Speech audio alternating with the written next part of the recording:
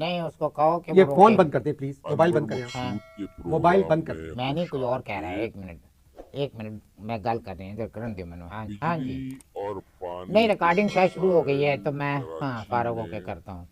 तुम आज बैठो घर से में बैठो। बंद कर इसको 20 प्लीज। साल पहले यार जो अनवर थे, वैसे एक बात है पुराना बनाना, आज भी वही तुम लोग जो है ना बंदे को तो बंद कर सकते हो लेकिन इस अनवर मोबाइल को मकसूद बंद करके दिखाओ, और करके दिखाओ इस हामिद मोबाइल को बंद। साहब आप इस का मोबाइल को बंद नहीं कर सकते इसलिए एक कि इस पे खूबसूरत कुछ पर्दा नशीनों की भी कॉमेडी कालें आती हैं। प्रोग्राम टॉक शो की एक तहजीब होती है। जिसमें जी जी। बिजली आपके खिलाफ आजकल अखबारों में बहुत आ रहा है। दूसरे बात यह है कि रोजाना मेरी कोई ना कोई नेकी जड़ी है आड़े आ जाती है, इसलिए मैं पहला सफा पढ़ते ही नहीं हूँ। रंजों मैं पढ़ता हूँ इसलिए मुझे मालूम है। और यार तो तुम क्यों पढ़ते हो, मुझे एक बात जवाब दो ना, क्यों पढ़ते हो तुम मेरी खबरें क्यों पढ़ते हो, कुछ और पढ़ो तुम। आइए देखते कितना पढ़ाई लिखाई की पैसा तरफ- खाया है आपने इस मुल्क का, ओए बहुत पैसा खाया आपने। ओए ज्यादा टीम सफिशिएंट बनने की कोशिश ना करो। अनवर साहब मैं पूरी गल करता हूँ उसके बाद में आप जवाब दें। कितना पैसा खाया है, पैसा खाया है, फजूल बकवास करते हैं लोग, पैसा खाया है। ऐसे ही हुकूमत की जबान बोल रहे हो तुम, पैसा खाया है, जैसे किसने आज पैसा के बारे में पैसा खाया है ना, बोलना बड़ा आसान है। ये लो ये ठहनी है, खा कर दिखाओ। ये कैसे खाऊंगा मैं? ये नहीं खा सकते ना, मैं नहीं खा सकता। हाँ तो इसीलिए फिर क्यों झूठ बोल रहे हो। अभी मैंने तुम्हारा झूठ तुम्हारे मुंह पे पकड़ा है कि पैसा खाया है। पैसा खा सकता है कोई? इधर से जब ठहनी नीचे जाएगी ना मेरे जान तो दादे परदादे याद आ जाएंगे। अमीन अख्तर साहब आप अभी तक हुकूमत को अनवर मकसूद 243 के करोड़ स्क्रिप्ट रुपए वापस कर चुके हैं। पर एक्टिंग करते बात हुए यह है कि शाजिया जो है मैं आपसे कोई और सवाल कर रहा हूँ, आप शाजिया की बात कर रहे हैं। में और यार तू मेरी गल सुनेगा क्या या मुझे खुद ही बीच में काटते जाओगे मेरी बात को? पूरी गलते सुनो मेरी। शाजिया जो है उसके पीछे मैं इसलिए पड़ा था। आप मेरी गल मेरा सवाल सुने। रोशनियों आप का अभी तक शहर हुकूमत को कराची। 243 करोड़ वापस कर चुके हैं। हाँ जी कर चुका हूँ। तो मैं आप मेरी बकवास सुने ना जो मैं कह रहा हूँ, आप मुझे बोलने देंगे? शाजिया के पीछे मैं क्यों पड़ा ये पूछो। शहर ये रोशनियों आप का जाती शहर बात मेरे था। प्रोग्राम में क्यों कर रहे हैं? इसका है ना इंटरलिंक है।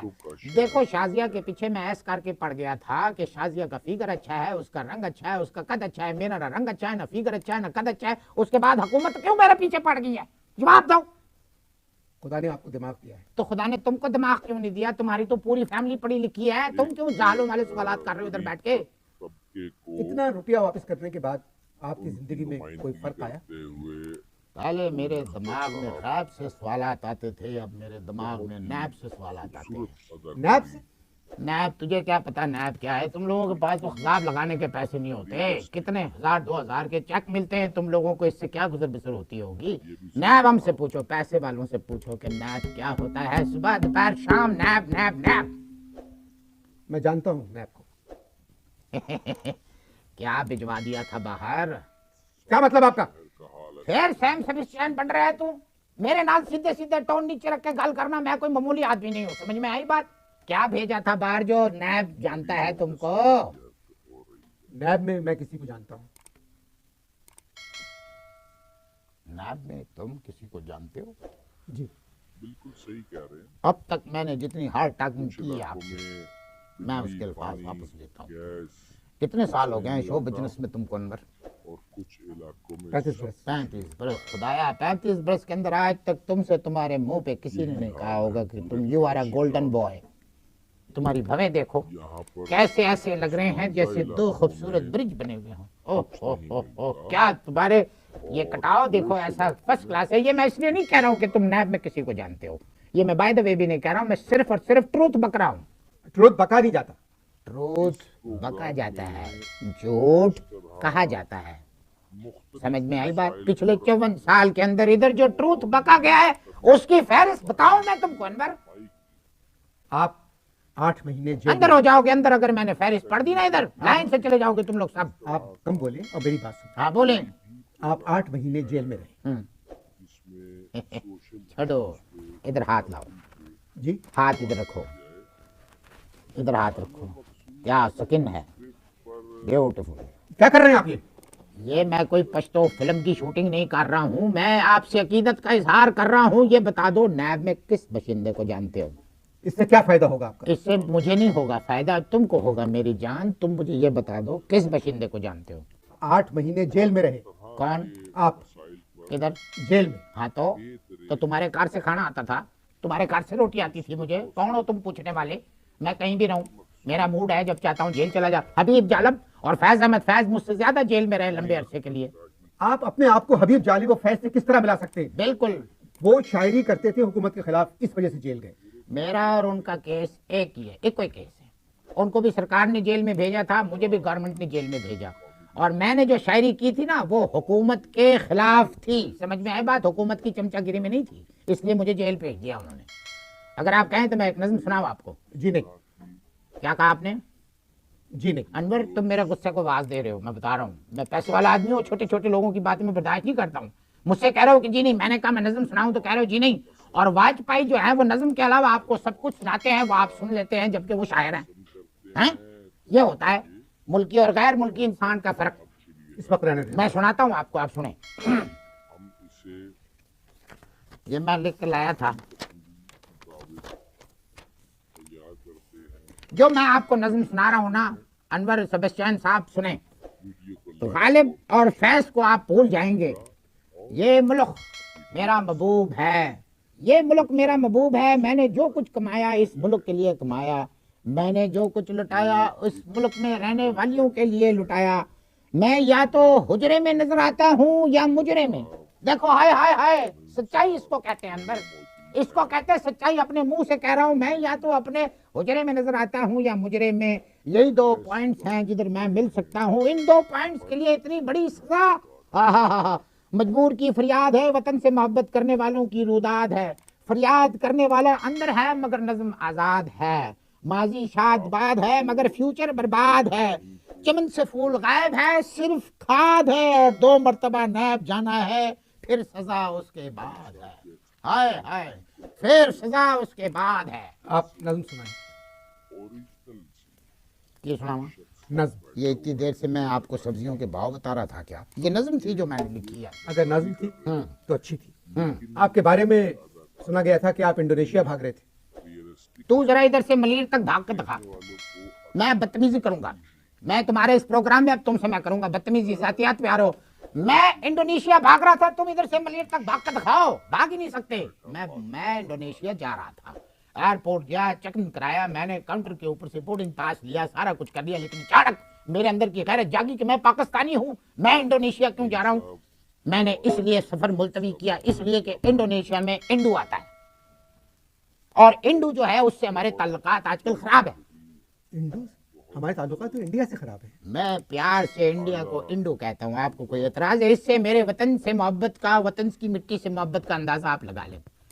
मैं आपको एक बात बताता हूँ अनवर मकसूद, कौन ऐसा है, मैंने 10 लाख रुपए जो है, 10 लाख रुपए मैंने समीना को दिए।